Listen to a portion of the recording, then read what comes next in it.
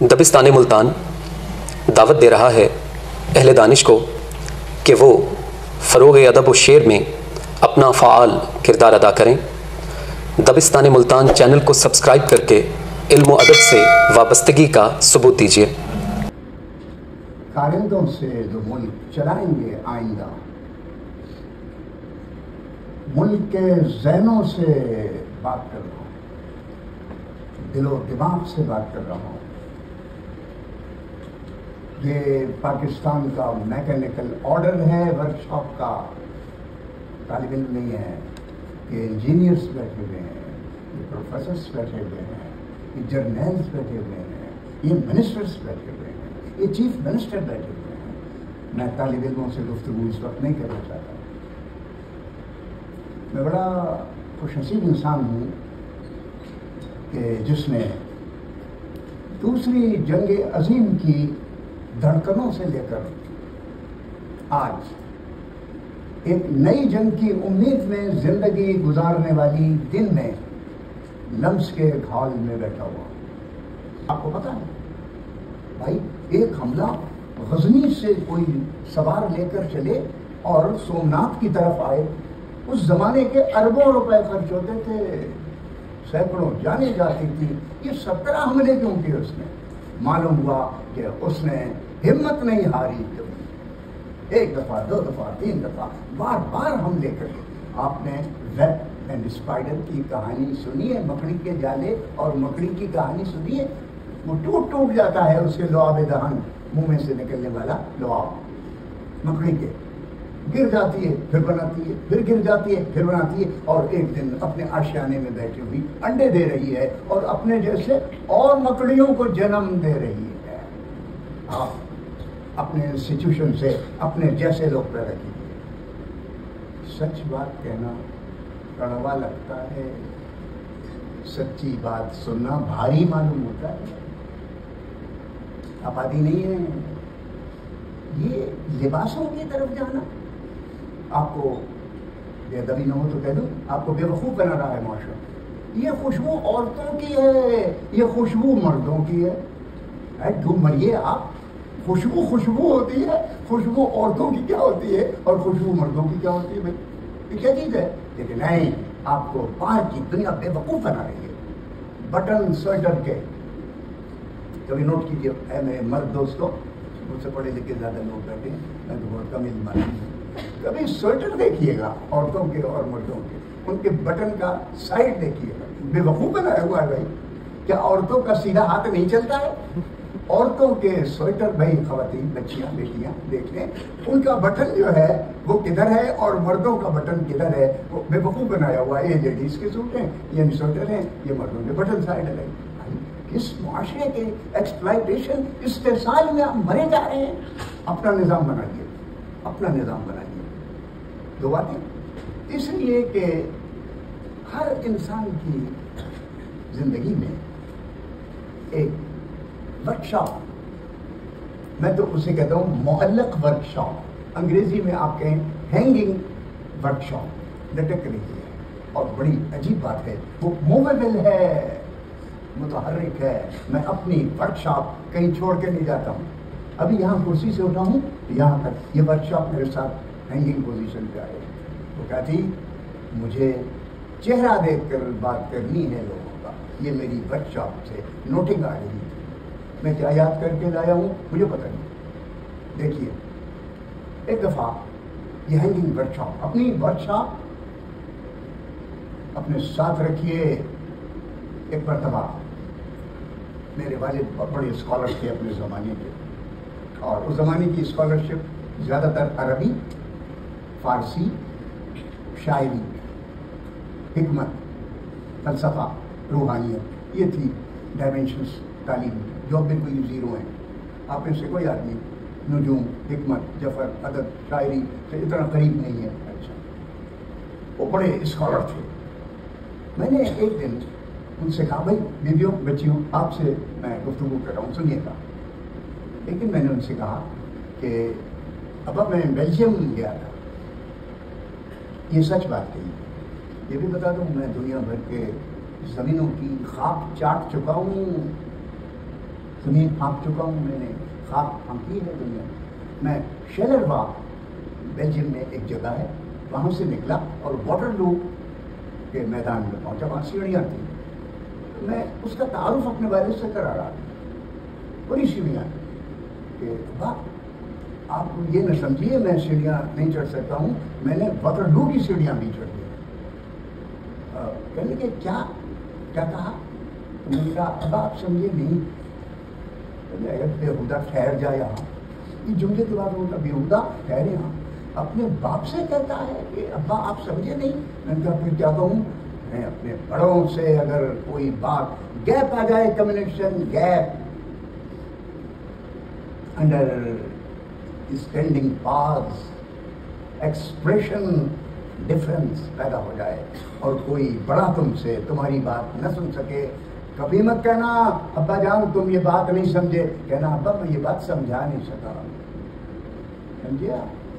یہ مت کہیے اپنے استاد سے جواد صاحب سر یا میڈم سے میڈم آپ میری بات سمجھے نہیں کہیے میڈم نے یہ بات سمجھا نہیں سکی آپ کی، میں پھر عرض کروں یہ جو پروگریشنل آرڈر ہے لائف ہینگنگ ورک شاپ کا، ایک بات کا اور خیال رکھیے، جملوں میں فقروں میں سینٹنسز میں پاز پیدا کیجیے، PAU والا پاز پیدا کیجیے، جملوں میں اس طرح وقفہ دیجیے، استادوں کے لیے خاص طور پہ، آپ بھی استاد بنیں گے، ممکن ہے سینیٹر بنے آپ، ممکن ہے اسپیکر بنے، اور شاید کبھی آپ کو اردو بولنا پڑے، شاید بھائی یہ قوم بھی خوب ہے، یہ قوم بھی خوب ہے، اس کی قوم انگریزی نہیں جانتی لیکن یہ انگریزی قوانین کی وضاحت انگریزی میں فرما رہی ہے، انگریزی میں فرما رہی ہے پارلیمنٹ،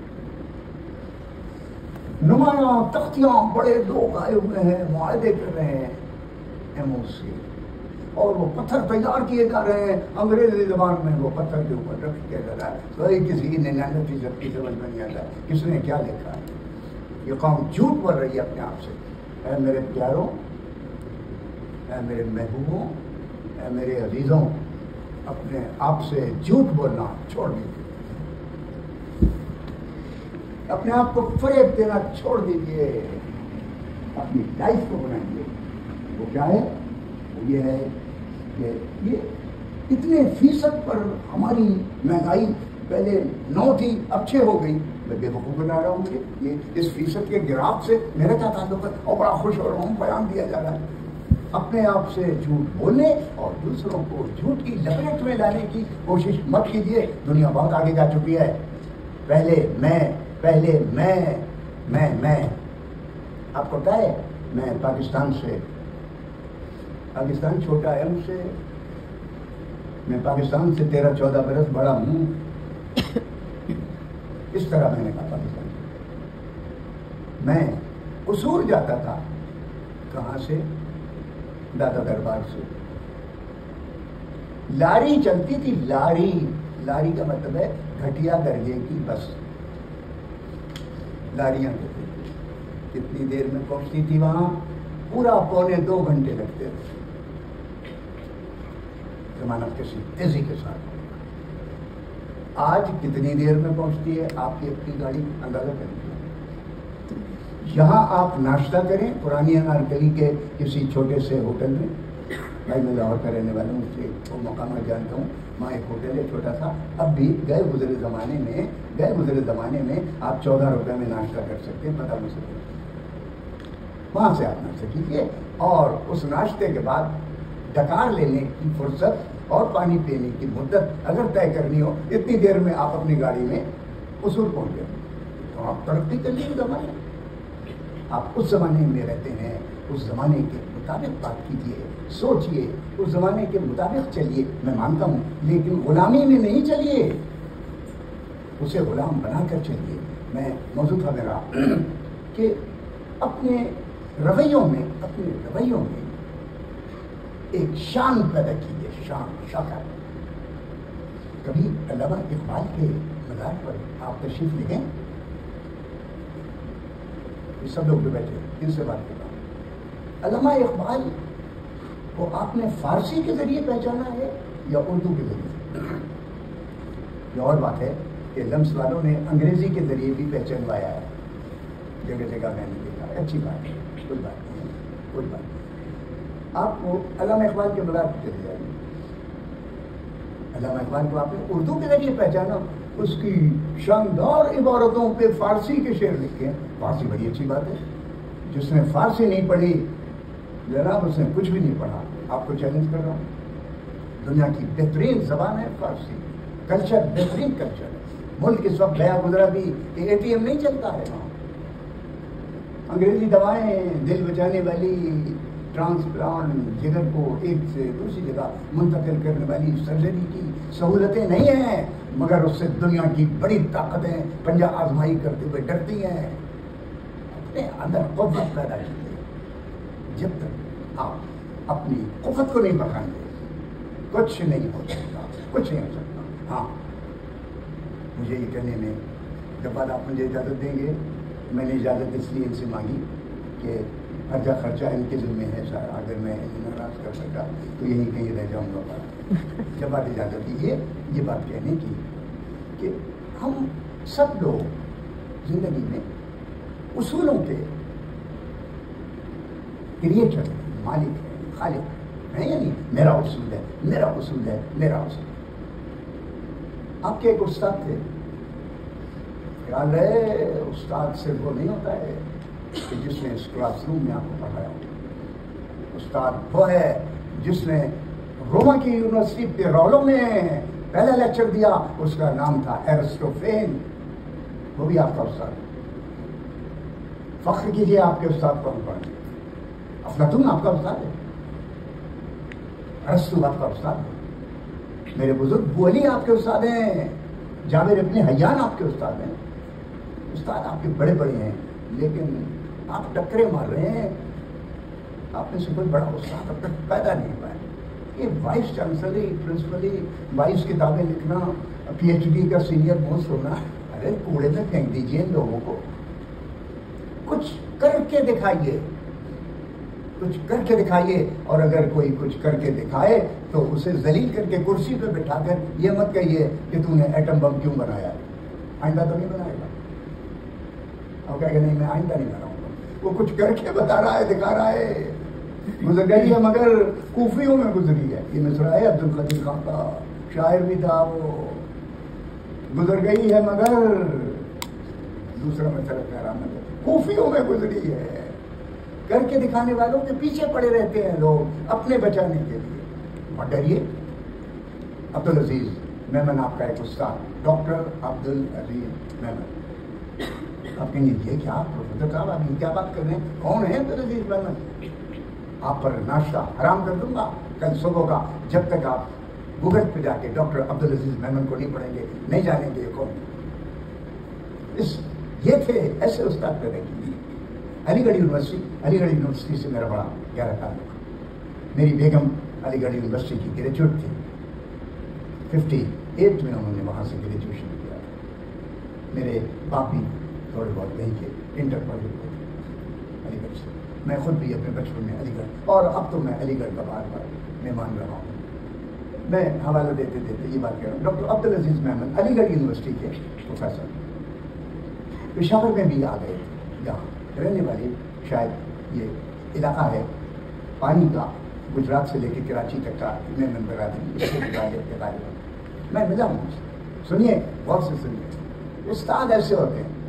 ڈاکٹر عبدالعزیز میمن کے بارے میں ہے کہ وہ اصولوں کے بہت بڑے آدمی تھے, اصول پسند آتے. ان کی بیوی بھی وقت پر ان سے ملتی تھی. خدا نہ کرے ایسی بیویاں کسی شوہر کو ملیں. ان کی بیویاں بھی ان کی اجازت سے وقت پر ملتی تھیں. ان کے بچے بھی ابا سے ملنے کے لیے وقت مانگا کرتے. کیوں کہ وہ سارے وقت اپنا پڑھنے میں لگاتے. آج کا استاد سب کچھ کرتا ہے, پڑھتا نہیں ہے. اگر استاد کوئی بیٹھا ہو پڑھنے والا تو وہ برا نہ مانے. میں نے 62 سال پڑھایا ہے, 40 ریگولر اور تقریباً 22-21 سال ارریگولر انفارمل. ٹھیک ہے, میں جانتا ہوں کہ میرے زمانے تک کے استاد پڑھتے تھے مجھ تک، میں ناشتہ نہیں کروں گا، اس زمانے میں میری ایک برائی تھی، شیو بھی کرتا تھا، شیو نہیں کروں گا، میں جوتے اپنے پالش خود کرتا تھا اپنی بیوی سے. ارے مسخرہ بنے، بیوی سے استری کراتے ہو اپنے کپڑوں کی، خود کرو استری. اپنے پالش کو ملازم سے کراتے ہو، پالش خود کرو. میں پالش خود کرتا ہوں. آپ کو معلوم ہے جسٹس جفات خواجہ صاحب سبجیکٹ کو میں انہیں مولانا روم ایک زمانے میں پڑھا رہا، فرش پر بیٹھے تھے، ملتان میں بیٹھے تھے، تو یہ جس جگہ بیٹھے تھے وہاں مٹی پڑی ہوئی تھی، فرش پہ بیٹھے ہوئے. پوچھی تھی ان سے مولانا روم پر. میں نے کہا بھائی صاحب یہ مٹی صاف کریے. کہنے لگے صاحب اس مٹی میں جو خوشبو آ رہی ہے اسے میں ہٹاؤں گا نہیں جگہ سکتا. یہ ایک ماحول بنتا ہے استادی کا. ڈاکٹر عبدالعزیز میمن بڑا بھرپور استاد. کل صبح 10:30 بجے ایک انٹرویو ہوگا. میری ایک بچی ہے، کل وہ عربی کا امتحان پاس کر چکی ہے، ٹاپ کیا ہے اس نے، وہ انٹرویو میں آ رہی ہے. میں ایک درجن ہوں. ایک عورت ڈاکٹر عبدالعزیز میمن کے پاس پہنچتی ہوں. ڈاکٹر صاحب یہ بچی بڑی محنت سے میں نے پالی ہے، کل انٹرویو ہے اس کا، اس نے ٹاپ کیا ہے یونیورسٹی. ملازمت کا مسئلہ ہے، ہر آدمی کی کوئی نہ کوئی سفارش موجود ہے. اس کا باپ ابھی یہ 3 سال کی تھی، دنیا سے گزر گیا. اور ڈاکٹر صاحب دیکھیے رہے میری یہ انگلیاں، اے میری پیاری بچیوں، اے میری پیاری بچیوں، دیکھیے یہ میری انگلیاں گھماتے گھماتے گہراؤ ان میں آ گیا ہے، بیٹھ گیا ہے گوشت ان کا. میں نے اسے 19 سال حالات پڑھایا ہے اس امید پہ کہ یہ اوپر بڑھے، اور اس نے ٹاپ کیا ہے. کل صرف 2 سیٹیں ہیں استاد کی عربی کے، پشاور یونیورسٹی میں 2 سیٹیں. میں نے سنا ہے کہ کچھ سفارشیں بڑی ہیں اور یہ بچی نے ٹاپ کیا ہے، کہیں اس کو رد نہ کر دیا جائے، میری تو زندگی بیکار ہو جائے گی. ایک اور بھی بہن ہے اس کو آواز دی، وہ پولیو کی مریض چلی آ رہی تھی، اس سے چھوٹی ہوئی. وہ درجن میں کہنے لگی ڈاکٹر صاحب میں نے سنا ہے کہ آپ بڑے اصولوں کے آدمی ہیں، سفارش نہیں مانتے. ڈاکٹر عبدالعزیز میمن اس کیفیت کو دیکھ کر آنکھوں میں ان کے شاید آنسو اٹھتے جب اس نے کہا کہ میں نے سنا ہے کہ آپ اصولوں کے آدمی ہیں، سفارش کو مانتے نہیں ہیں، بڑے اصول پسند ہیں، لیکن درخواست لے آئی ہوں ایک یتیم بچے کی. بیوی میں اپنے اصولوں کا خالق ہوں، اپنے اصولوں کی مخلوق نہیں ہوں. میں اپنے اصولوں کا کریٹر ہوں. میں نے اپنے اصول خود وضع کیے ہیں. میں ان کی ماتحتی میں زندگی نہیں گزار سکتا. کبھی کبھی ان کو بدل بھی دیتا ہوں. میں صحیح فیصلہ کروں گا. اور انہوں نے اگلے دن اس لڑکی کو اس کی میرٹ پر نمبر دے دیا. کسی کی سفارش کی میں نے منسٹرس کی، چیف منسٹر کی. آپ سمجھے، آپ کے اصول بے شک ہوں، لیکن آپ کے اصول آپ کے خالق ہیں. انہوں نے آپ کو پیدا کیا ہے، یا اصول آپ کی مخلوق ہیں، انہیں آپ نے پیدا کیا ہے. لہٰذا مخلوق کو اپنے کنٹرول میں رکھیے، سبارڈینیشن کے سسٹم کے محتاج ہو کر مت رہیے. اپنے بڑے افسر کی ہر بات مانیے، مگر وہ بات مت مانیے جو نہیں ماننی چاہیے.